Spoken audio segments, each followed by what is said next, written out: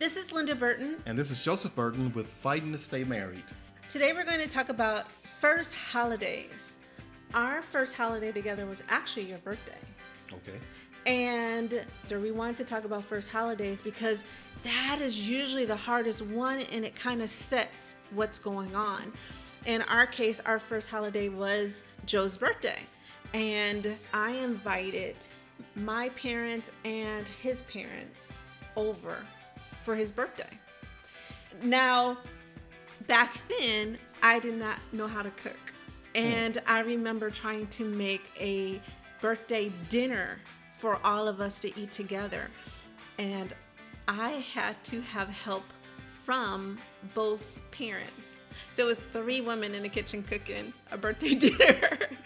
The idea of it is you want to have that unity, and you want to start off with that unity together of having both sides of the family together to get along, to have that conversation so they can feel part of the family, to make it easier for when the kids come along or our kids grow, that it's not your family and my family, it's our family. Or one family shouldn't try to take the lead role like it's their family. You know, it's because so what you're doing now is involving the in-laws. Yes.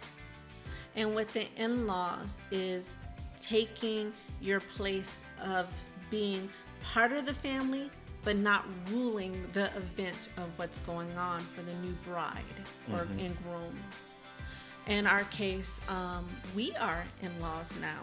And with that, doing our first holiday with our son and his family is knowing when to step back and when to step forward in it, of simply asking, do you want us to bring anything?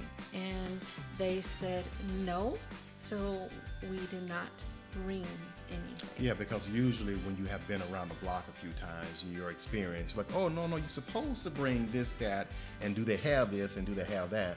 Well, if the bride or the groom has said, don't bring anything, don't do this and don't do that, then you as the in-laws, right, have to take your proper role and don't do it. You got to honor that household.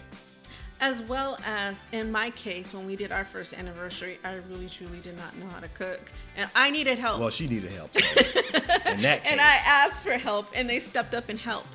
But when you have in-laws, and you have to have healthy boundaries with your in-laws of, I got this. And even if you see your other spouse don't have it, you have to support them that they got this, that they can figure it out. Okay. So this reporting is more for in-laws. Seems to be. Just because, we just celebrated the holiday, right? Right before the new year. And we have, like you said, we experienced our first holiday gathering with in-laws involved. Yes. And we had to know what is our spot or what is our place and honor and respect that, as well as the in-laws for our son of their place and to respect that, and the unity of getting along and figuring this out so when kids do come along, they see a happy union together of the blended family or the mixed family together as one. That is not a competition. It's about working together, being one. Yeah, because a lot of the stuff that we have grown up with and how stuff was modeled to us as we were growing up was just wrong. They didn't do it well at all. I mean, it makes no sense to have somebody arguing every holiday, whether it be an uncle, an aunt, a grandmother. I mean, it makes no sense. We can do a better job. And I think a lot of that better job is, just, I guess, minding your business. Or knowing your place and having some healthy boundaries. Have some healthy boundaries and minding your business. Yes. And knowing when to say something of I need help, and honoring and respecting the person, even though you see they need help. Let them figure it out. If they say no, they do not need help. Yeah, and just be there and watch. Yeah. So if you know, and that's not in our case, but I saw a commercial. If you know who house you're going over, do not know how to cook a turkey, you do not have one in the car ready to go. I saw a commercial on that. Like, let's bring that. Well, or get there early enough so you can make sure you help. if they want if they help. want it, yeah. Yeah, because at the same time, just like learning how to walk and do anything else, sometimes you have to learn it on your own. And they want to make you feel special as a guest, and you have to honor and respect that as well. Yeah, because we got to remember that we were once too newly married Yes. and young and stuff, and had to learn those things. So Just try to set healthy boundaries of what is your place and when to step up and when to step back, and watch and cheer them on.